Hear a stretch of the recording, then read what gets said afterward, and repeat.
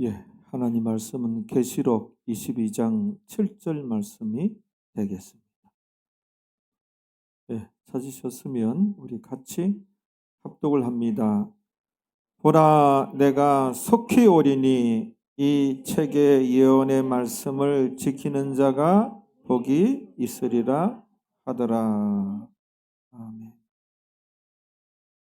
예, 말씀 제목은 은혜 언약과 행위 언약, 이와 같은 제목으로 우리가 하나님 말씀을 공부하면서 그 은혜를 나누시겠습니다.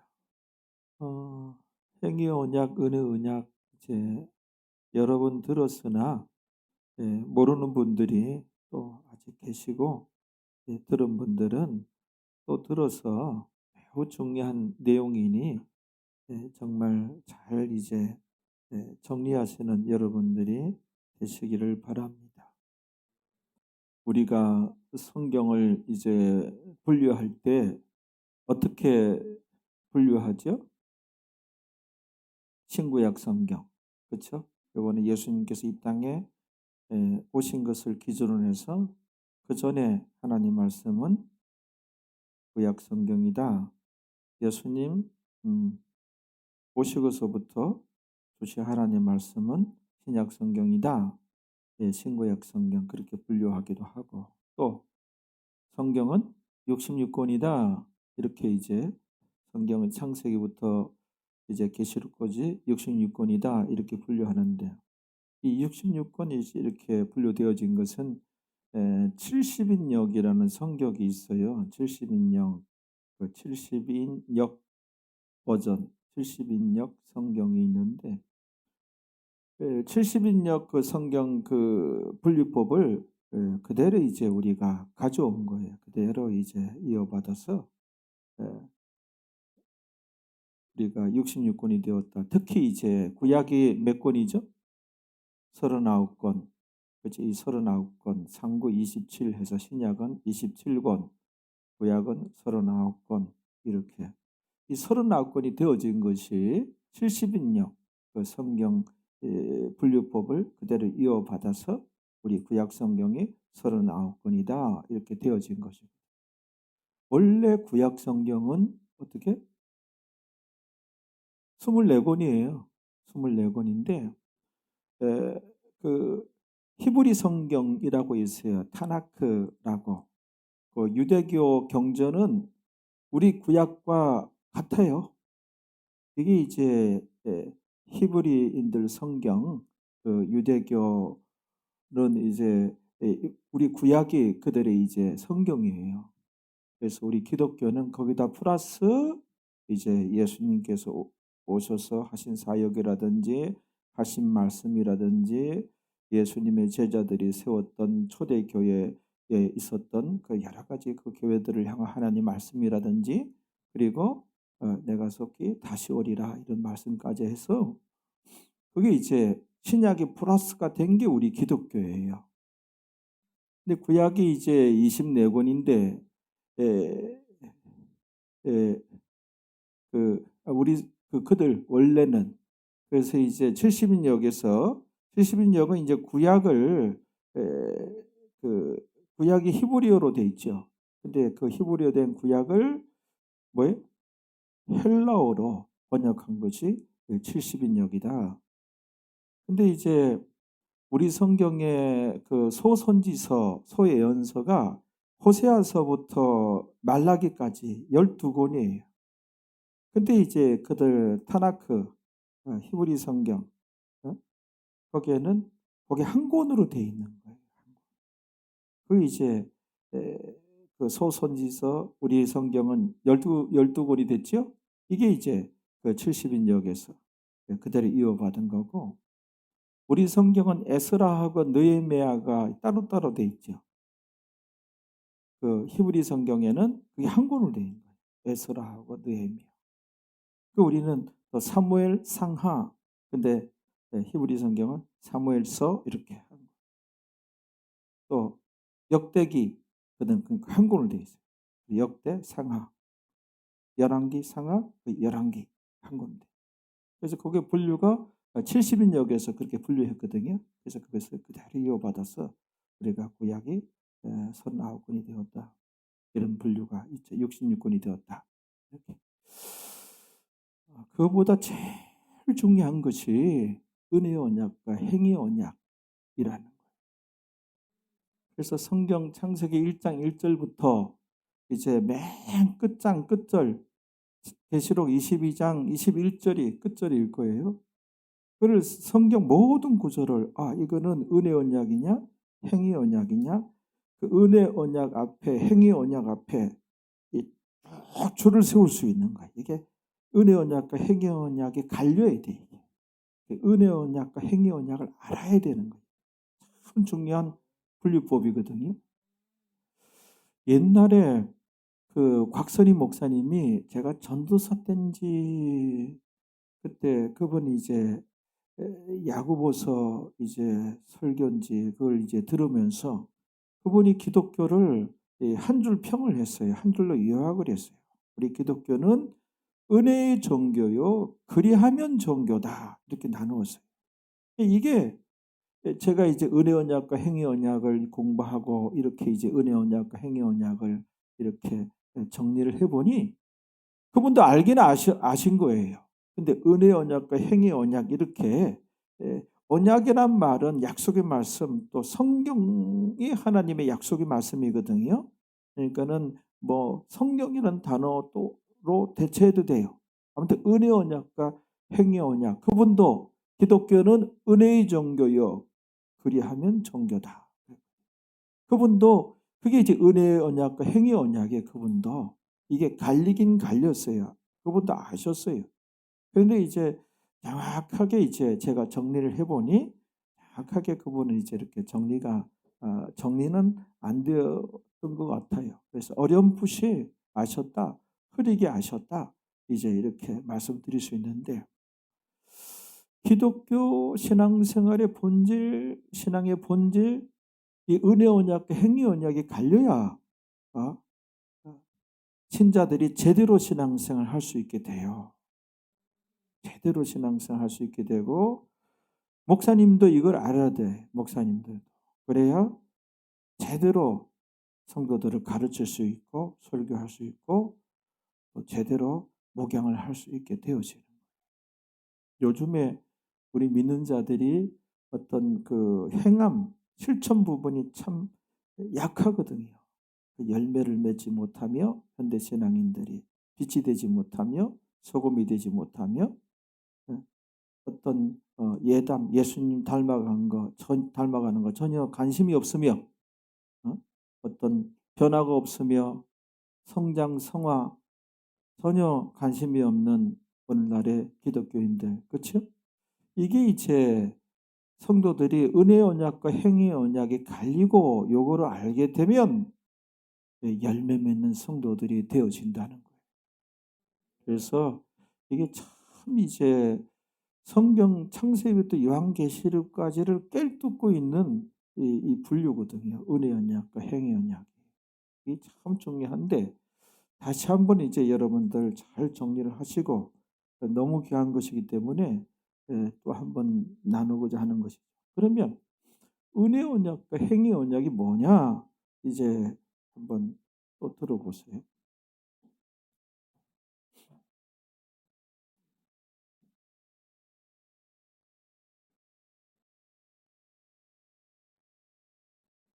은혜 언약과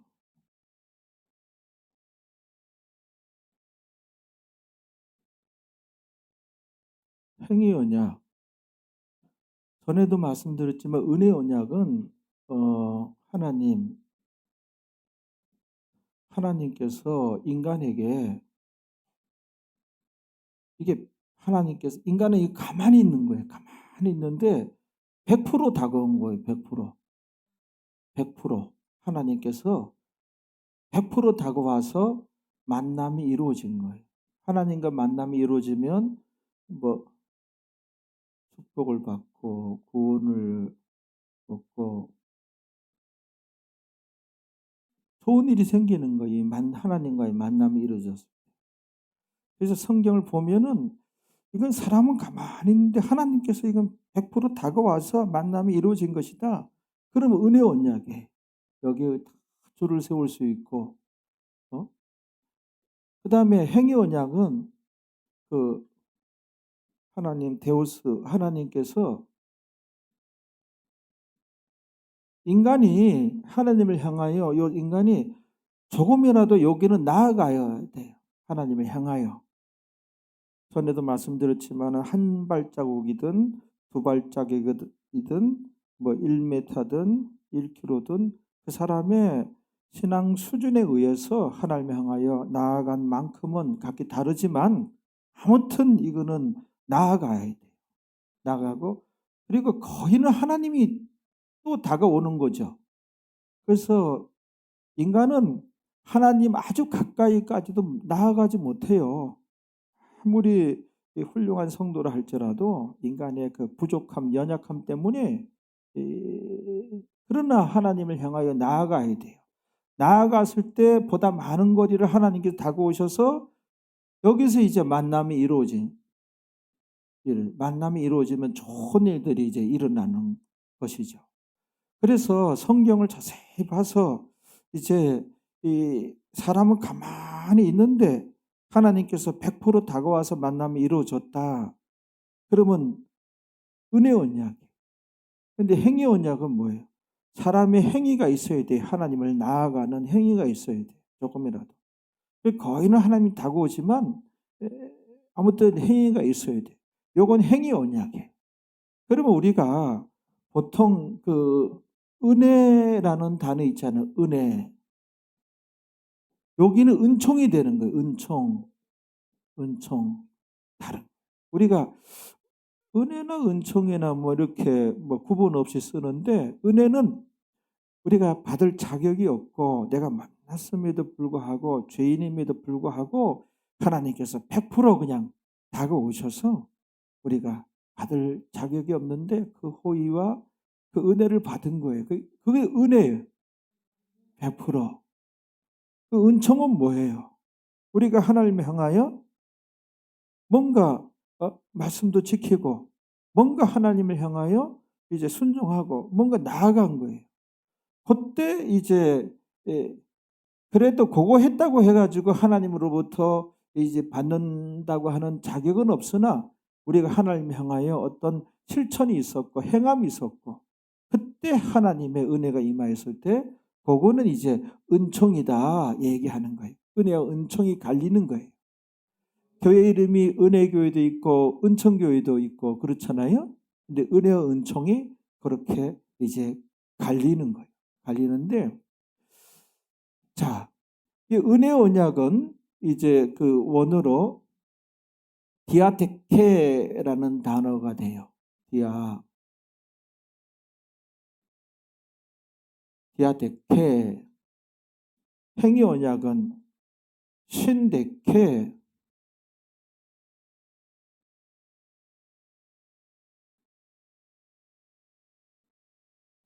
신데케는 요거는 이제 은혜 언약은 요 디아라는 단어와 데케라는 단어의 합성어거든요. 데케는 그릇, 뭐 칼집 그런 뜻이고 요 디아는 일방적으로 뭐 때문에 그런 뜻이거든요. 그러니까는 이 은혜 언약은 일방적으로 그냥 그 맺어진 언약이 일방적으로 나도 모르는 가운데 성경에 보았더니 일방적으로 그러니까 이 사람이 누구겠어요? 택자 불신자예요. 택자 불신자.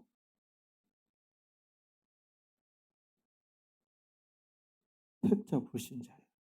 이 세상에 사람이 태어나면 성경적으로 보면 다 불신자예요. 불신자예요. 다 불신자예요.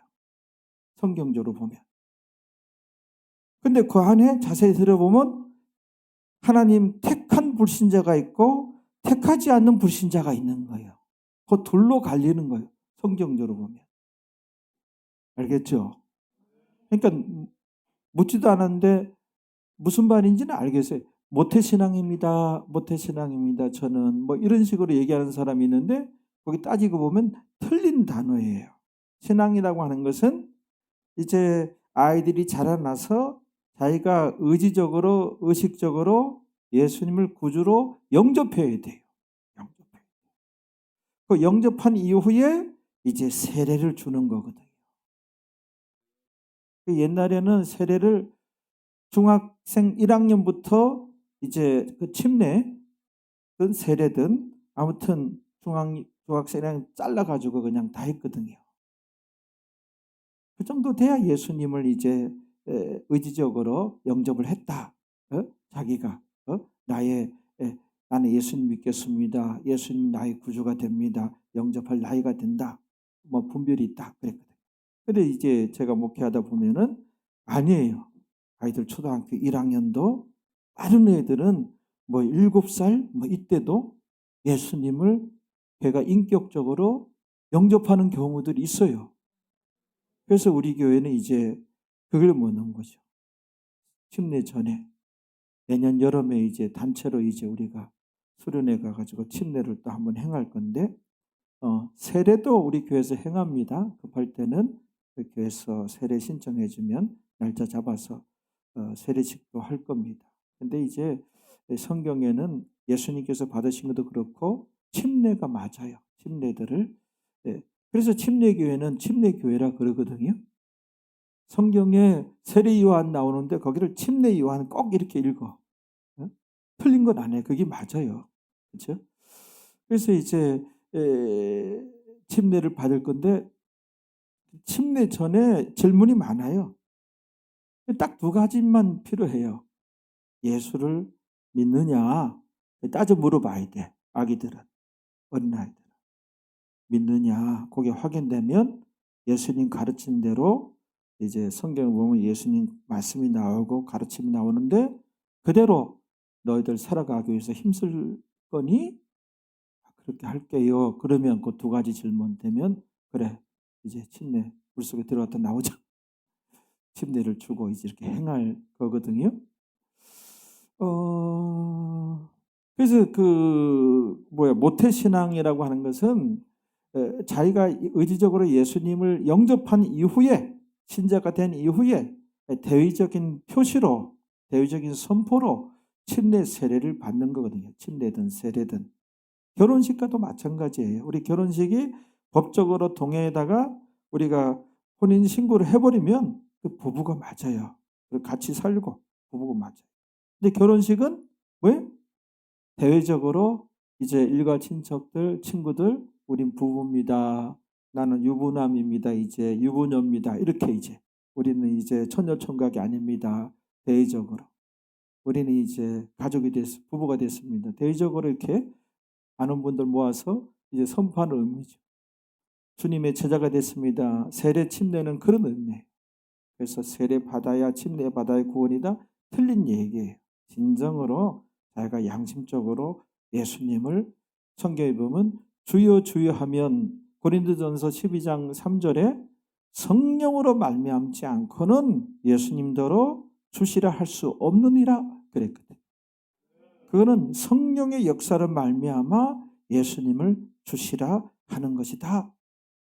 이 얘기는 우리가 양심적으로 예수님을 향하여 옆사람 흉내내고 따라서 하는 것이 아니라 양심적으로 예수님 보고 주님 주여 하면 구원 얻은 거예요.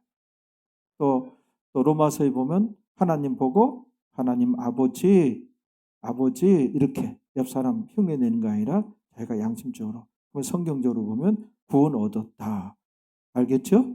내가 구원 얻었는지 구원 못 얻었는지 어떤 크게 목회하는 목사님께 머리 들밀고 안수 받아보고 그 부분 대답을 기다려야 된다? 이건 아니에요. 근데 이제 담임 목사는 이제 우리 사람들은 알죠. 여러분들은 다 택자 불신자였다가 우리 교회 성도들은 택자 불신자였다가 예수님을 영접했어요. 그것까지 100% 다 영접하신 분이 여러분들 중에도 나는 불택 불신자 같아. 나는 이렇게 마음이 완악하고 아직도 말씀 별로 순종하지 않는데 여러분들 생각일 뿐이에요. 여러분들 감정일 뿐이에요. 신앙생활은 감정대로 하는 게 아니에요. 하나님 말씀 따라가서 신앙생활 하는 거예요. 말씀에 천국이 있다고 하니까 천국에 있는 거예요. 예수 믿으면 구원이라고 하니까 그렇게 구원을 얻는 거예요. 성경에 나와 있는 거예요. 내 감정 따라 가는 게 아니에요. 성경에서. 어떤 분은 열심히 해서 회개했는데도 마음이 찜찜한. 우리 감정은 그래요. 회개해도 너무 뼈에 사무치고 상처가 크고 여러 가지 잘못이 크면 회개해도 내 마음은 찜찜하고 요 따위로 해가지고 그게 회개됐나? 사함 받았나? 하나님 앞에 눈물 콧물 흘리면서 잘못했다고 해가지고 이제 그 짓을 끊어야지. 그 진정한 회개가 된 거예요. 그런데도 내 감정은 시원치 않다. 사함 받았나? 그 마귀가 틈타는 거예요. 우리 감정을 통해서. 너 그렇게 해서 사해진 거 아니야. 특별한 뭐를 해야 돼. 특별한 뭐를 해도 또 찜찜함이 남는 게 우리 인간이야. 너 집 갖다 바쳐야 된다? 요거는 100% 마귀의 음성이라는 거 아시기 바랍니다. 성경은 그렇게 요구하지 않아요. 네. 이단들이나 그렇게 요구하고 이렇게 하지만 그렇지 않단 말이에요. 성경. 봐봐요. 그래서 여기가 택자 불신자예요. 택자 불신자. 그러니까는 그 하나님께서 택했기 때문에 이 사람은 가만히 있는 거예요. 하나님 100% 다가오는 거예요. 이래야 되는 거예요. 이래야 뭔가 이루어지는 거예요. 여러분, 우리가 이 종교심이라고 하는 것이 있어요. 사람은 100% 종교심이 있어요. 사람을 태어나면. 그럼 종교심이 뭐냐? 우리가 대자연 앞에 큰 어떤 그 쓰나미를 만나든지 큰 태풍을 만나든지 화산 폭발을 이제 보았다든지 그 미국 무역센터가 그 테러에서 그냥 그 높은 게 그냥 잿더미가 돼 무너지는 걸 봤다든지 죽음 앞에 사람은 그런 이제 큰 사건을 당하고 이제 큰 자연재해 앞에 사람은 이제 굉장히 작아지고요. 신은 있다. 신은 있을 것이다. 그래서 이게 종교심이거든요. 사람은. 인류 역사 이래로 모든 인간들 사회에는 그 종교가 있어요. 그들만의 종교가 있고 그들만의 신이 있는 거예요. 그래서 이 종교심의 발로로 이 종교심이 뭔지 알아요? 에덴 동산에 하나님과 연결되어 있었거든요. 근데 에덴 동산에서 인류가 아담과 하와가 쫓겨났잖아요. 쫓겨난 것 동시에 하나님과 연결되었던 게 끊어졌어요. 하나님과 연결되어 있었던 그때의 흔적이 이게 종교심이 지금 끊어졌거든요. 모든 인간들 하나님과의 예수 믿어서 다시 연결되었지만은 이제 그게 종교심이에요. 종교심의 발로로 모든 인간들은 그 신을 찾아 나섰어요. 그래서 아마존강의 미개한 사람이든 고등사회든 다들 그 신을 찾아 나섰던 거예요.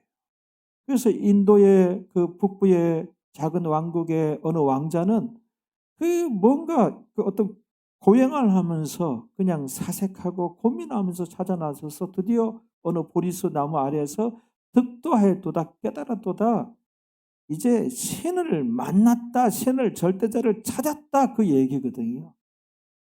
그래서 이제 창시된 것이 불교거든요. 그런데 일본은 신이 800만 개래요.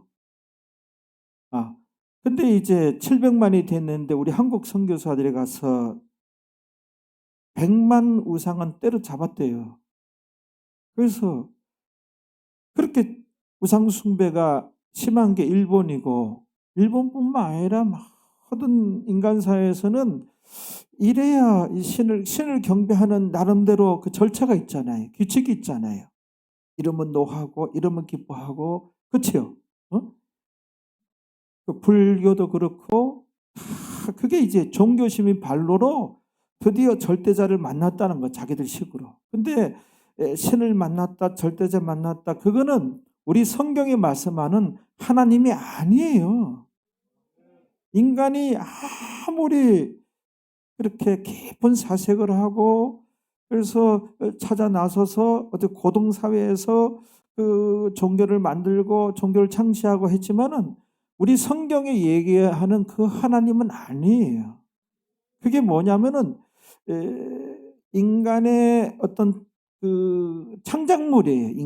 인간의 그 사색과 관념 속에 신을 이제 만들어낸 걸 찾아 나서서 만들어내고 아니면 그 귀신이란 말이에요. 이슬람교 같은 경우는 제가 여기 보면은 그 610년에 마호메트가 기독교를 모방해서 지가 만드는 거예요. 그건 기독교 짝퉁이에요. 짝퉁. 짝퉁은 뭐예요? 비스무리 하나 가짜거든요. 짝퉁이에요. 그리고 마호메트 그 알라는 마호메트가 작은 부족 출신이거든요. 아라비아 작은 부족 출신인데 그 부족이 그 섬겼던 믿었던 신이야. 그 신이 점점 자기가 이제 커지니까는 그게 알라가 되어진 거라고.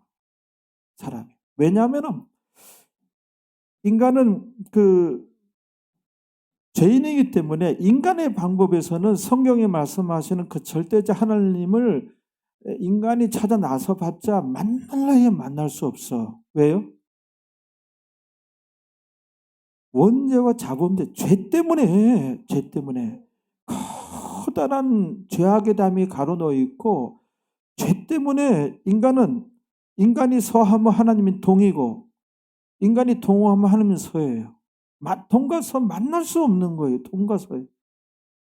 그렇기 때문에 아무리 죄인이기 때문에 그 100% 거룩하신 하나님을 만나야 만날 수가 없는 거예요. 이 세상의 모든 종교와 기독교 차이를 얘기하는 거예요. 기독교는 뭐냐? 그러나 방법은 한 가지 있어요.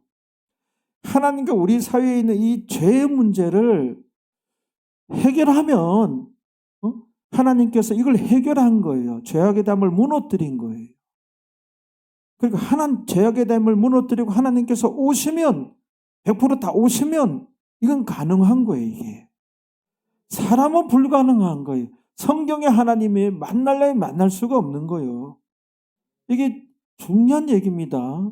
우리 기독교가 하나님이 사람의 몸을 입고 이 땅에 오신 거예요. 이게 성탄절이고 부활절이에요. 그래서 손을 내미는 거예요. 우리가 한 것은 내민 손을 붙잡은 것뿐이에요. 택자한테는 택자 불신자에게는 손을 내밀었다는 거. 손을 내민 것이란 말이에요. 그래서 인간 구원에 대한 하나님의 형상대로 창조한 인간 구원에 대한 계획을 하나님께서 세우시죠. 하나님께서 인간 구원의 계획을 세우시고 예수님께서 그 구원을 집행을 하신 거예요. 2000년 전에. 이런 거예요. 한 번은 삼위일체 하나님께서 모여서 이제 회의를 하신 거예요. 그래서 뭔가 이제 성부 하나님께서 인류 구원에 관한 계획을 세우신 성부 하나님께서 고민이 있으신 듯한 얼굴이에요. 그래서 어쩌면 좋겠습니까? 이제 진짜 실체 제사를 이제 온전한 제사를 드려야 되는데 이제 때가 왔습니다. 그래서 성자 하나님과 성령 하나님은 근심이 있으신 것 같은데 뭔 걱정이 있습니까? 뭔 일입니까? 말씀해 보세요. 그래서 성부 하나님이 지금 이제 구약 시대니 그림자와 모형으로 이제 양을 잡아서 희생 제사를 드리고 속죄 제사를 드리는 거 아닙니까? 이거는 그림자입니다. 모형입니다. 이제 실체가 이 땅에 와야 돼. 실체 제사를 드려야 됩니다. 단박에 온전한 제사를 드려야 됩니다. 그러면 죄의 삭은 사망이라 인류의 죄를 다 걸머지고 그 죄값으로 죽을 죄가 없는 인간이 필요합니다. 그런데 여러분들도 두 분도 아시다시피 인간들은 다 아담과 하와의 후손이기 때문에 유전된 원죄가 있지 않습니까? 그 지들이 또 태어나서 지은 자범죄가 있지 않습니까? 다 원죄 자범죄가 있기 때문에 죽으면 죄의 삭은 사망이라 자기들 죄 때문에 죽는 것이지 희생 제물이 될 만한 인간이 없습니다. 죄가 없는 딱한 인간이 필요한데 이 찾다 찾아봐도 없습니다. 이게 어떻게 될까요? 시간은 다가오고 그때 성자 예수님께서 뭘 고민하십니까? 제가 사람의 몸으로 이 땅에 태어나면 되지 않습니까? 그러면 유일한 죄가 없는 인간이 되지요. 그래서 제가 죄값으로 희생 제물로 온 단박에 온전한 제사를 인류의 죄를 다 걸머쥐고 제가 죄값으로 죽으면 되지 않습니까? 간단하지 않습니까? 제가 인간으로 가겠습니다. 그리고 제가 죽고 있다가 3일이면 되겠네. 3일 만에. 3일이면 확실히 죽은 거잖아요. 인간 사회에서. 3일 만에 내가 다시 살아나죠. 뭐.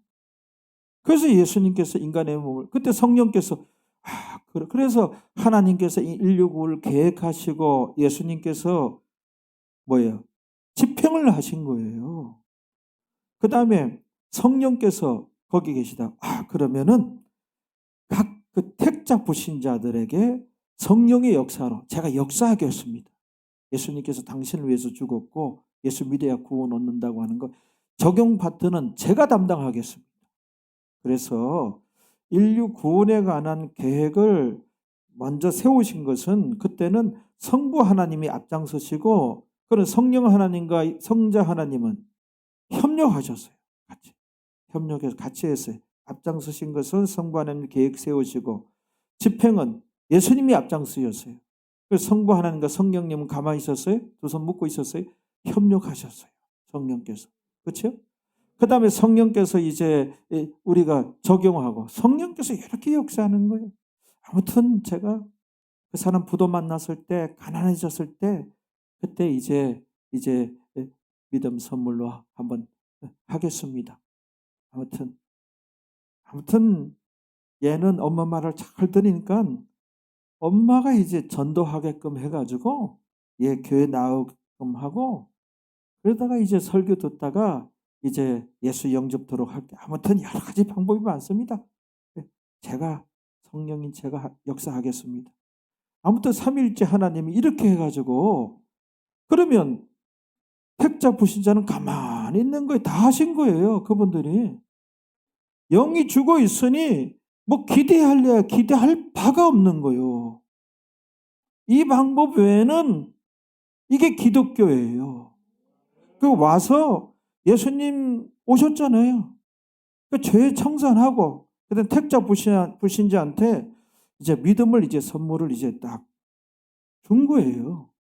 거기가 이제 너 희영이 앉았어? 그 정도는 안 잔 거지. 아무튼 시영이 나와서 반가워서 목사님이 그냥 소리친 거야. 그래서 우리 기독교를 알겠죠?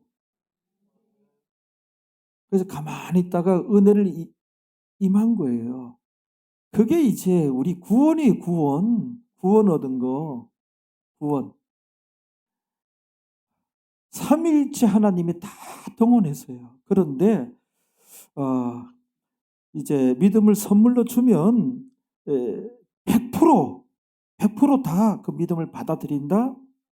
이렇게 알고 있었어요. 저도.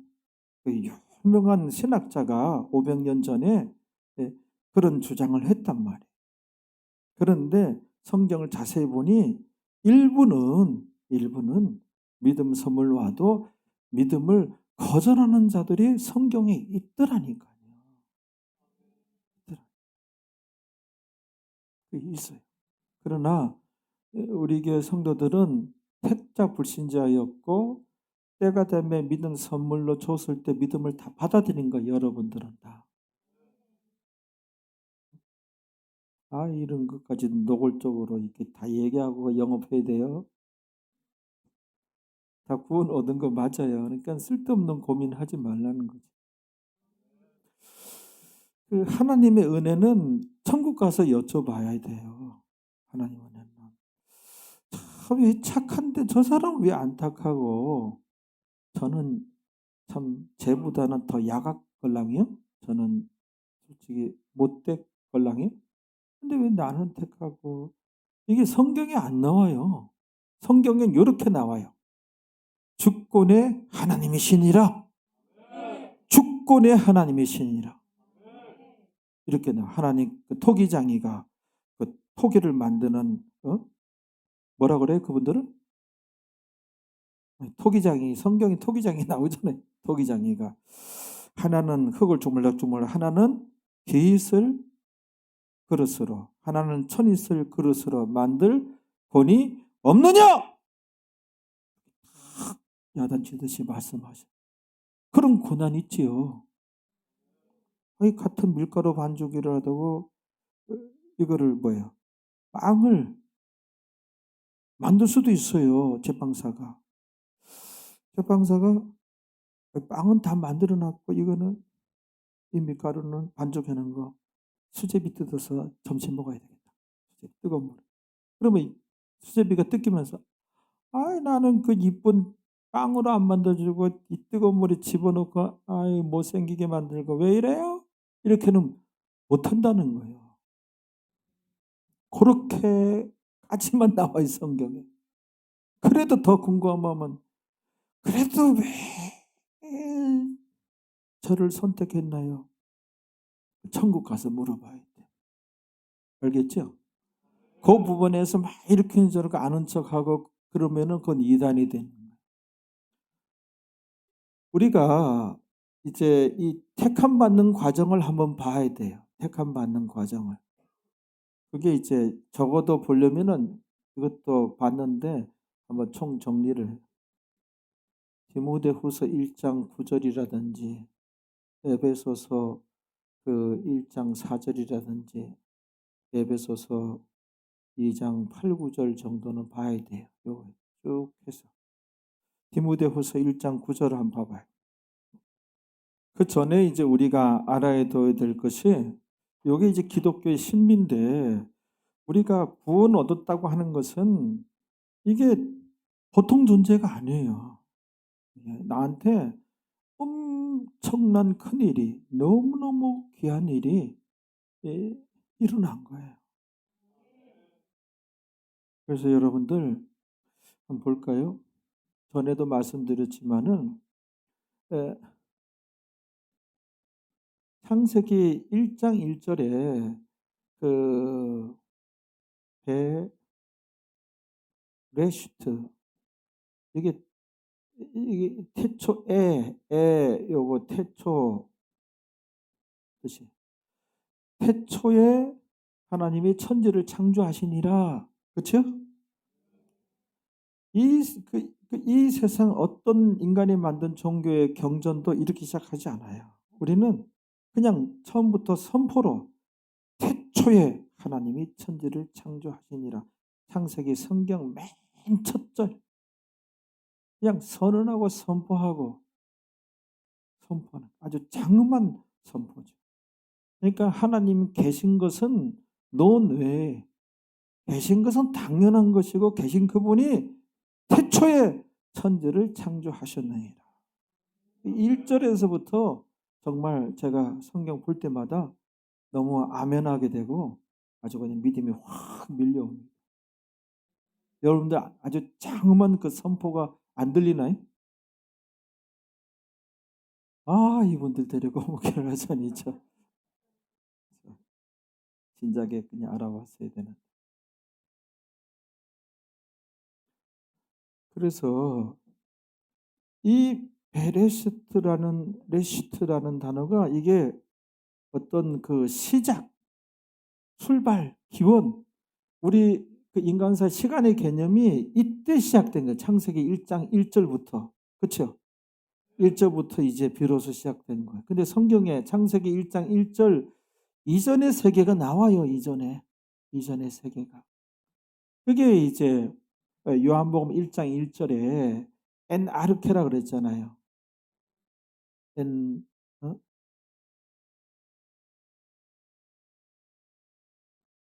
엔 아르케.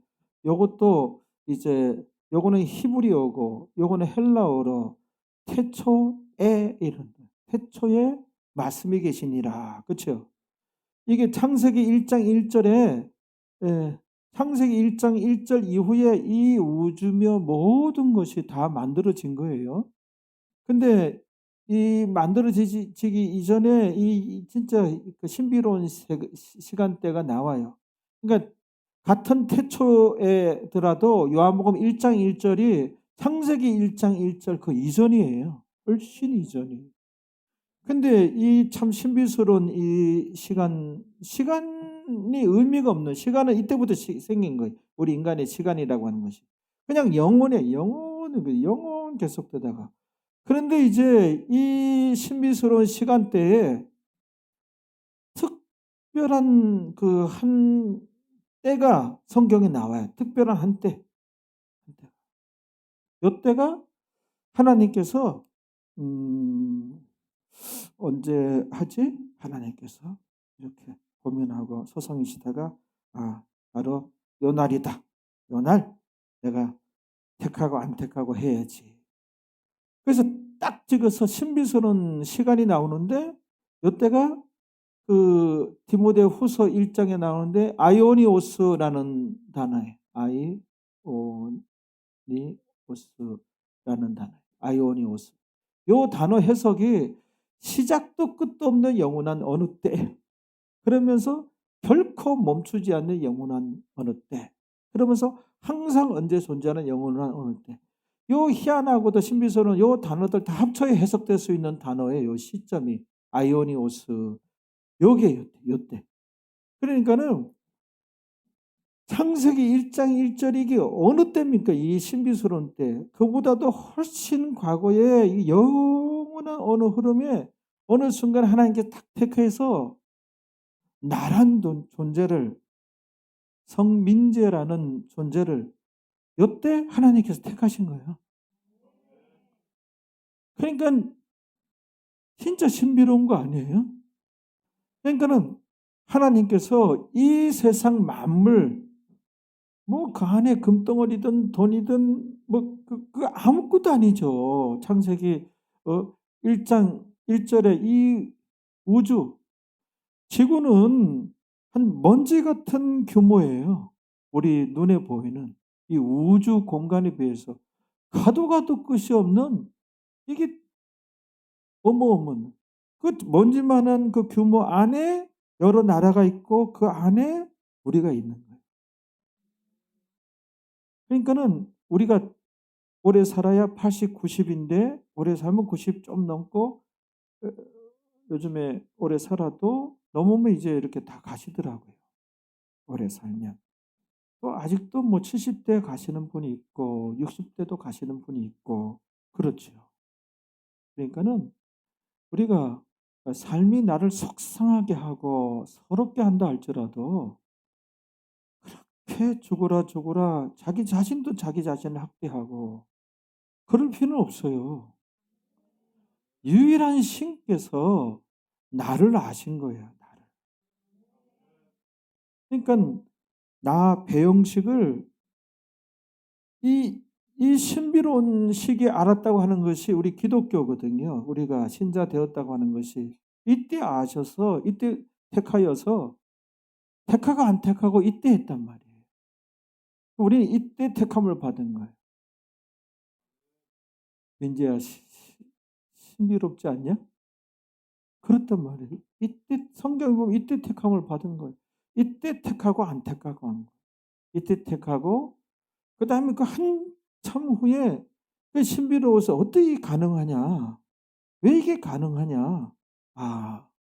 하나님께는 가능도 하겠다.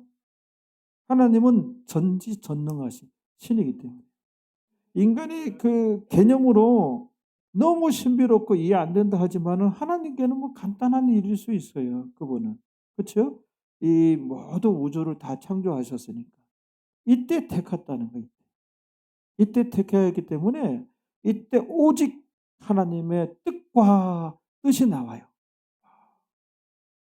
그 주권의 하나님에 의해서 선택이 나오니 이때 선택한 거예요. 이때니까 우리 행위가 우주도 만들어지기 이전인데 뭐 우리 행위가 있을래 없었던 시기에 이때 택함 받았으니까. 행위 구원은 성경이 아니에요. 행위가 개입할래야 개입될 수 없는 순간에 택함 받아버린 거예요. 하나님의 절대 주권에 의해서.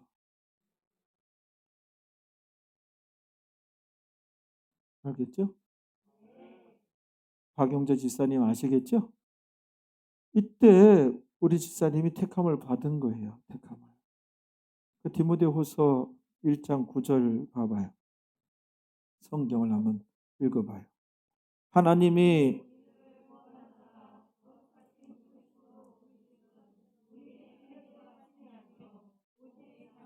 오직 자기의 뜻과 자기 뜻이 나오잖아요. 오직 하나님의 뜻, 오직 하나님의 뜻에 의해서. 우리 선택받은 거예요. 이게 주권의 하나님. 하나님도 적어도 하나님 8대 속성은 알아야 된다 그랬죠? 사랑의 하나님에 의해서 우리 구원이 나온 거예요. 사랑의 하나님, 공의의 하나님, 공의의 하나님에 의해서 어떻게 신앙생활 하였느냐? 이 심판이 있어요. 불신자들은, 불택자들은 저 순간에 택함 받지 못한 자체가 심판이에요. 그 심판을 영원한 심판이라 그러는 거예요. 택함 받지. 하나님께는 고개 들면 그 천지 창조되고 뭐 대한민국도 보이고 하나님 앞에는 우리 앞에는 뭐 1000년 전, 2000년 전 까만득한 과거, 뭐 10,000년 전 까무득한 과거지만 하나님 앞에는 눈 뜨면 그냥 현재, 미래, 과거가 다 보이는 거예요. 그래서 그때 이제 우리가 택함 받아서 구원을 얻었단 말이에요. 그래서 그 다음에 주권의 하나님에서 선택에 나오는 거예요. 지식의 하나님, 뭐 지혜의 하나님, 선하신 하나님, 신실하신 하나님, 그리고 또 거룩하신 하나님. 8성품 중에 8분의 1이 사랑의 하나님. 근데 사랑의 하나님만 너무 이 시대가 강조되고 있어서 어떤 그 하나님을 너무 만만하게 여긴 그 하나님을 어떻게 우리 욕구를 충족시키기 위한 어떤 도구로 전락시켰어요. 이게 기복신앙이거든요. 하나님이 우리 뭐 서비스맨입니까? 우리 경배 대상인데 좀 바로 잡아야 돼요. 지금 너무 공의 하나님은 안 가르쳐요. 안 가르쳐. 안 가르쳐. 8분의 1인데 사랑의 하나님은. 그러니까 엉망이 되는 거예요. 삶이 없어요. 기독교인들이. 저희 외할아버지가 저를 그렇게 많이 사랑했대요. 큰딸의 이제 자식이니까 이제 큰딸이 시작가서 이제 자식을 낳아서 우리 외할아버지가 저를 이제 많이 예뻐했다는 거예요. 우리 외갓집도 참 잘 살았어요. 그래서 경남 김해에 일본 가서 돈을 많이 벌어와 가지고 땅을 거기 그렇게 많이 샀다 그러시더라고요. 그래서 저를 참 이뻐했는데 우리 어른들한테 유명한 얘기야. 제가 할아버지가 영식아 일로 와라. 그래서 쪼르륵 갔더니 할아버지 얼굴에 뺨을 찰싹 때렸대요. 애들도요. 그 눈치가 있고 그 수준에 그 세계가 있어요. 그 분별력이 있어요. 애들은 자기 이뻐하고 늘 만나던 사람한테 딱 안기지. 아무나 가서 안아보자 그러면 하면 돼. 고양이도 다 그래요. 고양이도 다 그 수준에 알아요. 저도 어렸을 때 기억은 없지만은 너무 이뻐해 주는 거예요. 그러니까 너무 지나치니까 이 만만한 거예요. 내 뺨도 한번 맞아봐라 그냥 탁 때렸다. 믿는 자들이 정말 삶이 있어야 돼. 삶이 나오거든요. 이 시대의 진짜 소망, 비전은 우리 기독교인데 주의 종들의 책임이 큽니다. 그냥 숫자만 늘리려고 막 그냥 막 기복신앙 가르친 목사들은 다 지옥 가 있더라. 옛날 신성종 목사님이 그런 얘기 하셨거든요.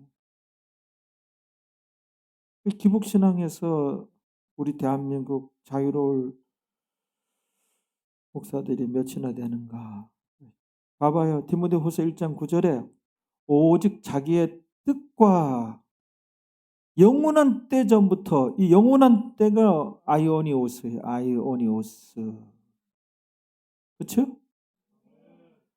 그러니까 개입할 수 없는 그 시간대란 말이에요. 그때가. 저부터 어떻게 그리스도 예수 안에서 우리에게 주신 은혜대로 하심이니라. 이게 행위구는 아니에요. 성경이 아니고 틀린 거예요.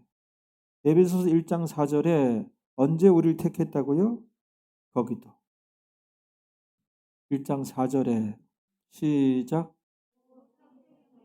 창세전에, 창세기 1장 1절 전에, 창세전에 그리스도 안에서 우리를 택하사. 창세전에 택한 거예요. 규진이 알겠지? 그때 택함 받은 거죠. 송규진, 하나님께서 규진이를 아셔. 형준이도 마찬가지. 그 다음에 에베소서 2장 8, 9절 우리가 알고 있는 말씀인데 한번 가봅니다. 읽어봐요. 너희가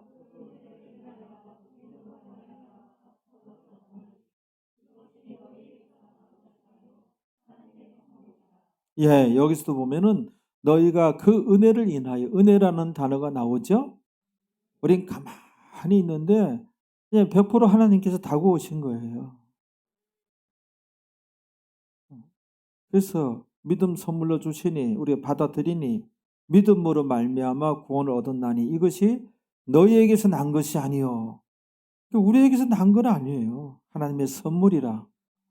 선물은 뭐예요? 생일 선물. 생일 선물인데 다른 사람도 다 줘요? 배급이 아니라는 거예요. 선물. 졸업 선물. 졸업한 사람. 생일 맞은 사람. 생일 선물. 하나님께 택함 받은 거예요. 택함 받은 게 선물로 받은 거예요. 선물로 하나님. 구원은 선물로 받은 거예요. 그러니 우리가 뭐예요? 여기서 너무너무 감사한 거예요. 공짜로 받았으니 내가 해서 받은 것이 아니니 자랑할 것은 없고 그저 무한한 감사와 무한 찬양. 여기서 이제 예배가 나오는 거예요. 예배는 하나님께 찬양 올려드리는 시간에 무한 감사하는 시간에 이 나라 예배 출발선이 구원 얻은 자들이 이제 예배를 드리는 거예요. 알겠죠? 그래서 무한 감사, 무한한 찬양 올려드립니다. 자랑치 말고. 그 9절에 보세요. 에베소서 2장 9절에 시작.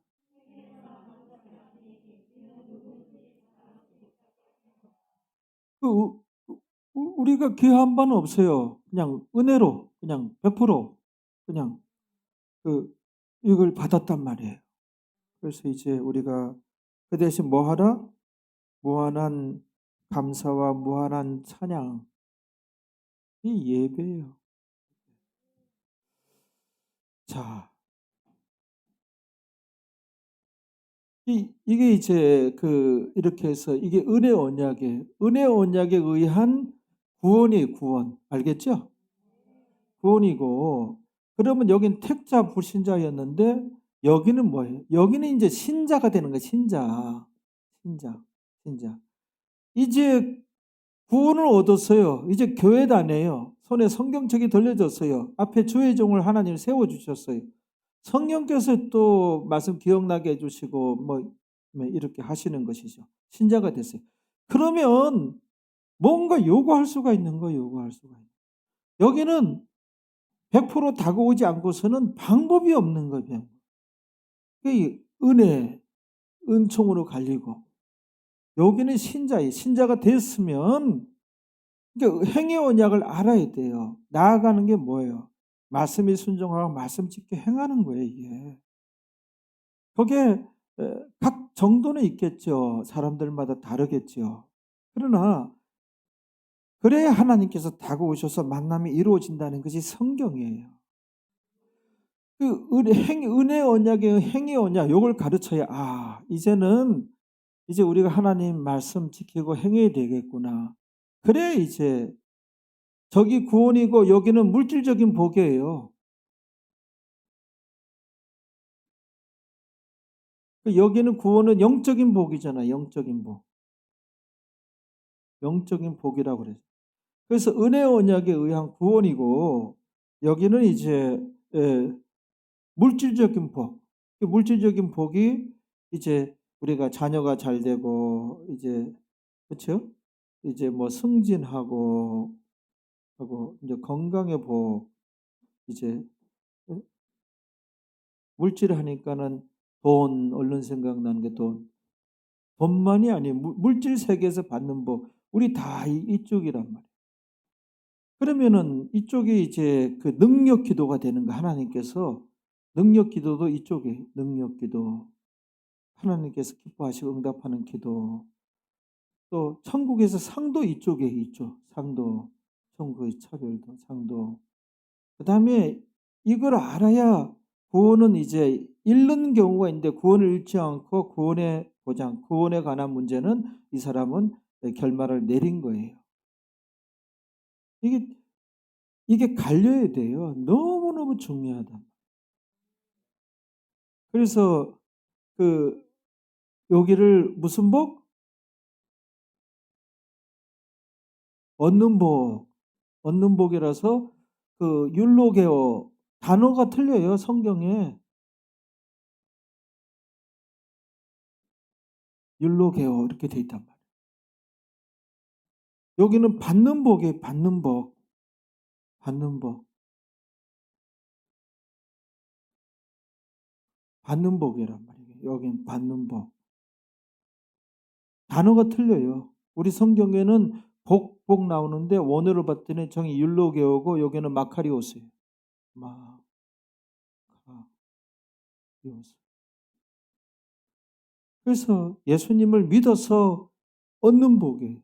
이건 말씀 짓게 행해서 받는 복이에요. 얻는다 받는다가 다르잖아요. 얻는 거는 공짜로, 받는 거는 뭔가 월급을 받는다, 이자를 받는다. 내 건물 쓰라고 했으니까는 그 월삭을 이제 받고 월세를 받고 받는다는 내 땀과 노력과 내 은행 뭐 저축해 놓고 이자를 뭐 받는다. 요 이자 많이 늘어나고 있죠, 요즘에. 이자 받는다. 받는 복이 요게 갈려야 돼. 참 중요해요. 얻는 복과 받는 복이 갈려야 돼. 요 제목으로도 오늘 이게 은혜 언약, 행위 언약 대신 얻는 복, 받는 복 요 제목으로도 제목 삼으면 참 좋은 내용이 되는 거예요. 얻는 복, 받는 복. 중요하다. 이게 갈려야 된다. 이제 중요한 얘기를 이제 하는데 제가 늘 얻는 복은 얻어야 돼요. 뭐냐면은 요거는 예수님 믿어서 구원을 얻어야 돼요. 근데 이거 얻는 복을 받으려고 하면 예수님 믿지 않고 얻는 복을 말씀 짓게 행해서 구원을 받으려고 하면 그게 율법주의자가 되는 거예요. 예수님 오셨을 때 예수님을 거절하고 율법도 그냥 참 율법이 아니라 장로들의 유전을 지켜서 구원 얻는다고 했으니 예?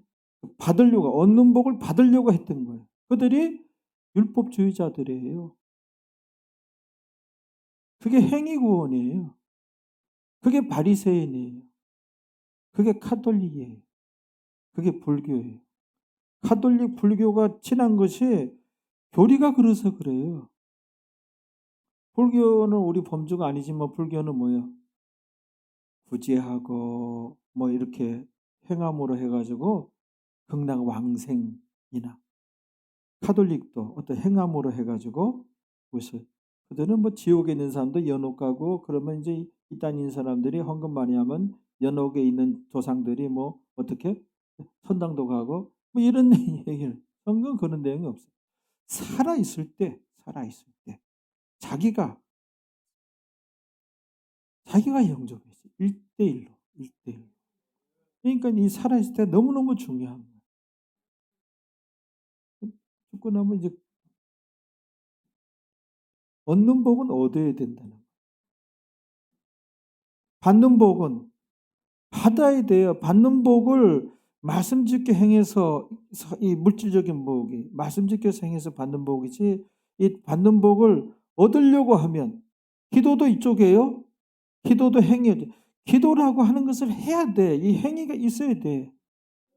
누군도 그래. 하나님께서 다 아시는데, 아시는 분이, 자비로운 하나님이 그냥 주시면 안 되나요? 글쎄, 뭐 우리 정서상 그렇게 얘기할 수도, 그렇게 하는 경우도 있어요. 대체로 그냥 한 95%, 98%가 은혜 언약과 행위 언약으로 갈리지만, 하나님을 은혜 언약과 행위 언약에 또 가둬도 안 돼. 하나님은 자유롭게 당신의 의지에 의해서,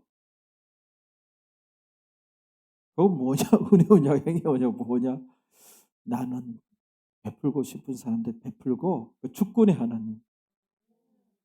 그럴 수 있어요. 그렇죠?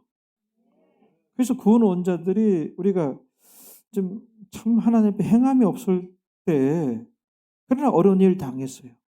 그래서 하나님 찾으세요. 나는 죄인인데 뭐. 그래도 우리가 하나님 자녀인데 의지할 곳이라고는, 그때는 하나님 찾아야지.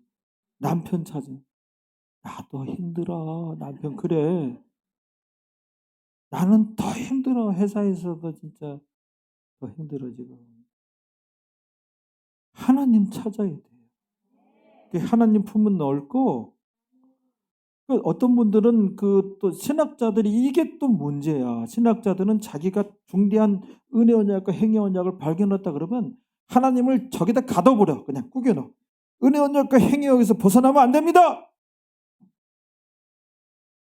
빙신. 신학자들이 이 짓을 다 했단 말이야. 다. 그 제자들이 다 해가지고 신학자의 안경을 쓰고 바라보는 거야. 성경을. 미치고 발작 뜰 것이야. 성경의 안경을 쓰고 신학자 교리들을 봐야 될 거 아니에요. 절대적인 거 아니에요. 그런데 대체로 그래요. 대체로 은혜 언약과 행위 언약, 이게 참 중요한 분류란 말이에요. 그러나 내가 이제 그 행위 언약에 의해서 물질적인 복이지만은, 성경의 내용이, 성경을 가지고 성경 구절을 이제 찾아볼 건데, 시간이 이제 다 됐는데, 이거 여기서 마치고, 이 받는 복은 이제 받아야 됩니다. 요 부분부터 다시 시작할게요. 요 부분에서 중요한 내용들이 있어요. 알겠죠? 그건 다음 주에 한 번 더 해야 되겠다.